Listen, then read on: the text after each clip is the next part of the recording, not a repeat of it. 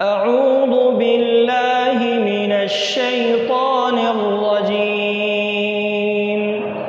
يا أيها الذين آمنوا قوا أنفسكم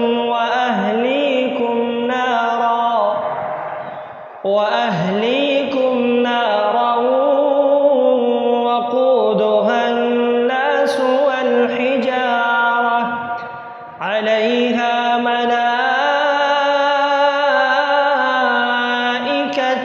غلاظ شداد لا يعصون الله ما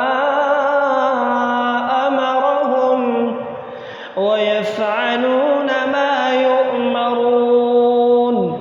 يا أيها الذين كفروا لا تعتذروا اليوم إنما تجزون